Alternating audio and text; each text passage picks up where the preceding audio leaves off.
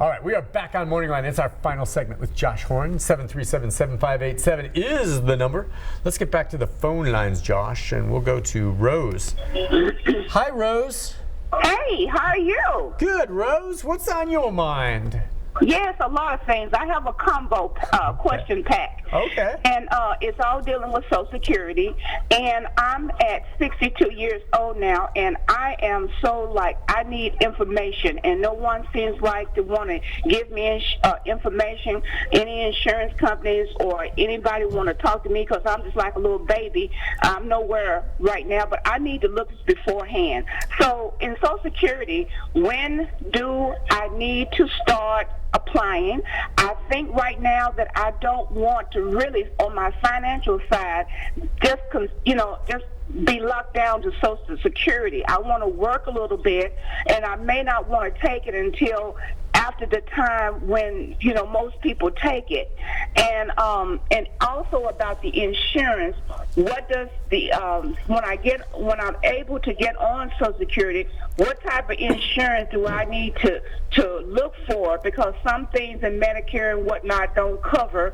Like I've been trying to find my own dental, hearing and vision package, which I already have, that I can take with me at that time when I'm able to get Social Security. So I just have a combo pack. If you can't answer all my questions right now, give me a number where I can talk to somebody in the future, because I want to look beforehand before I get there, because I want to be in my right mind now to know where I'm going in the future. All right, Rose, great questions. Rose says cover Social Security retirement A to Z in 2 minutes or less. 2 minutes. So, no, that's a great and definitely a lot of folks out there in your situation. The best advice that I can give you is go to socialsecurity.gov. The frequently asked questions page has a ton of good plain language answers to all the questions you can possibly ask. And I even go there sometimes because sometimes I have a question and I don't want to read my textbook, Greek language stuff. I want a plain language answer, so I go there myself sometimes.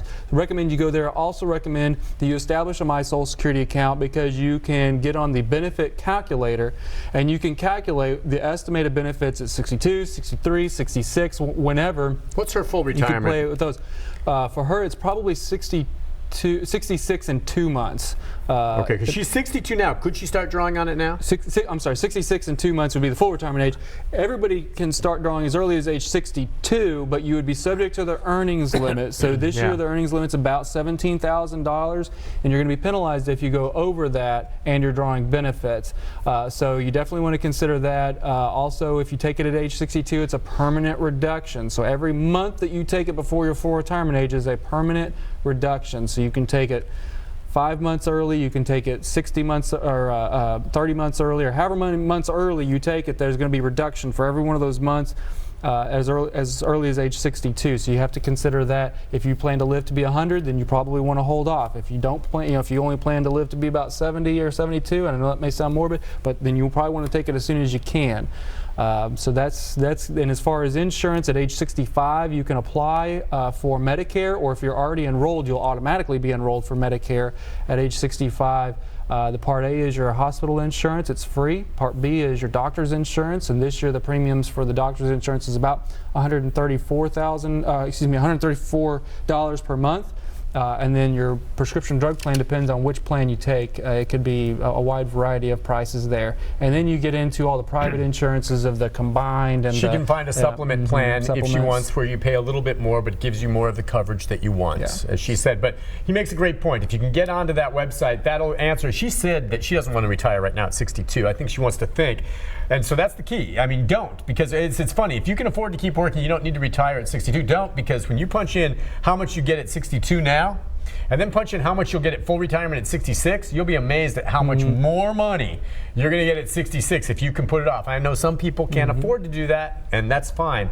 But if you can, wait till full retirement, because the return is substantial. You think that much more just after a 4-year difference? Oh yeah. Yeah, it's a big difference. It's worth waiting if you can afford to. All right, let's go next to Tom. Hi, Tom. Hi. What can we do for you?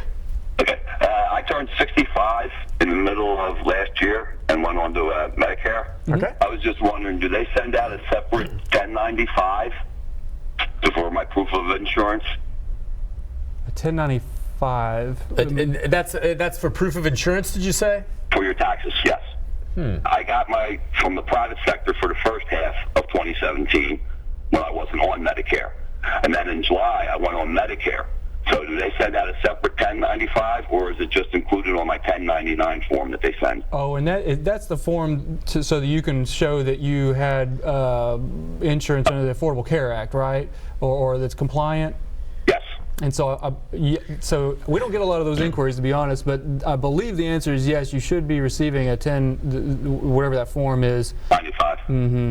A separate one because of the new shift, so you can prove it. Yeah, I would imagine. So if he doesn't, that's something he should call and say, have you, because he switched midstream and maybe that somehow wasn't out. That's a great question. I'm going to do a little more research on that. I'm going to try to provide a little more information next time I'm on, because it's just not a question I've gotten a lot. So I want to double check on that. But I mean, you should. So you should. I guess I'm sorry we can't answer that fully for you, but I guess they should be able to tell you at the Medicare office. Mm-hmm. Okay, because the 1099 does show the deductions that you make.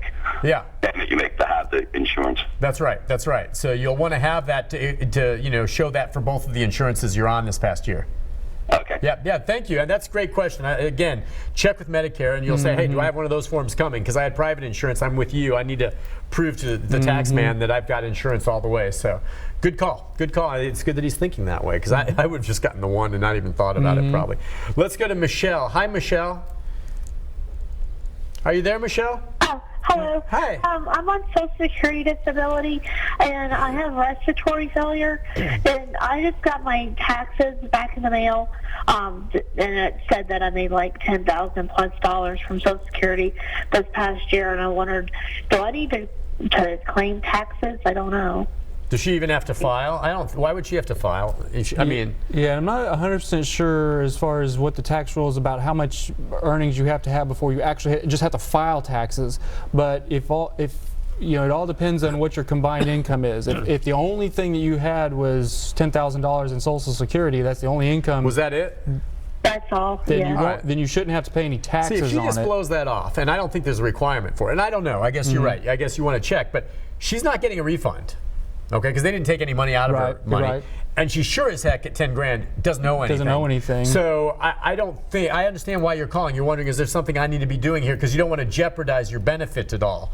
To your knowledge, there's no link between her filing and what benefit, if that's what she's receiving. Right, and I'm not 100% sure on what the IRS rules are on having to file. But even if you had to file with $10,000 in income, if it's Social Security, you don't have to pay any taxes on it because you haven't reached those thresholds yet. Yeah, so I would think the only reason would be maybe some administrative reason where you could call the IRS. There's a hotline number where you can give them a call and just ask them, this is my situation, do I need to file? And they could tell you yes or no. How about that? Okay. But the bottom line is, don't worry, you're not going to owe anything, but at the same time, you're not going to get a refund because they didn't hold any money out of your checks, right? Mm-hmm. All right, so I hope that helps. And I hear where she's coming from. You want to double check and make sure. Because with these things, once they cut it off, it's like, where did it go? So definitely check with the IRS to be sure. But it should not affect your benefit at all. Let's go next to Tony. Hi, Tony. Hey, good morning, Nick. What's up, Tony? Yeah, good morning. Thank you for taking my call. Sure. I don't know if that Social Security guy on the show knows, but everybody is getting these letters from the Social Security office on disability and everything, and it's a lot of confusion.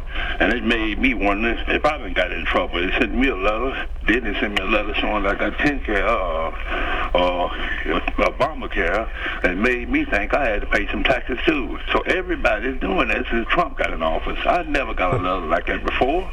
Well, I don't know exactly what letters he's talking about, but I do know there have been plenty of IRS and even Social Security scams out there where people are claiming your benefits in jeopardy if you don't send us your personal information or this, and that's all crap. You get any letter like that, Tony, just put it in the circular file. Throw it away. That's crap. How does the Social Security contact you if they have something pressing to check you? And is it obvious? How do you know? Yeah, I mean, oftentimes, you're the one calling us. There are occasions where we need to call you and just ask you about your benefits and things like that. You always have the right to say, hey, look, you know what, let me call you. What number can I call you back on? I'll call you right back, but I want to know that I'm calling the Social Security Administration. And then, and then whenever you call in, you'll get the prompts and the different things like that. And the other thing is, we already know your Social Security number. Right. So, we shouldn't be asking, and a lot of times those scammers, the first thing they say is, what's your Social Security number? Right. That's creative. Yeah, the bottom line is you may get some letters from Social Security or the IRS that are legitimate. The bottom line is any letter that ever asks for any of your personal information, any details about your finances, or asks you to send any money is across the board a scam. There are no exceptions. Okay? Because anyone who does good business doesn't work that way. So there are no exceptions on and that. We don't if they're charge asking you for any personal information. And we don't charge you to apply for benefits. We don't charge you for a replacement Social Security card. We don't charge for, we don't even have cash rate. I mean, there's no way for us to charge. The only time you pay us money is if you were overpaid and you have to write us a check to pay it back. That's the only time. Yeah. And there's a lot of scammers out there saying, I can help you out, give me $25, and then they hand you a blank application for a Social Security card. Anyone, exactly. You can download that, or we can mail you one. I mean, So if you're just not sure if someone's asking, and when it comes to your benefit, you get worried about that, just call and double check before you give anyone any of your personal information. Call us here. Call me. Email me at News Channel 5, my Facebook page, Nick Beres NC5, and I'll take care of it for you. So just always do that before you give anyone your personal information. Josh, you're awesome.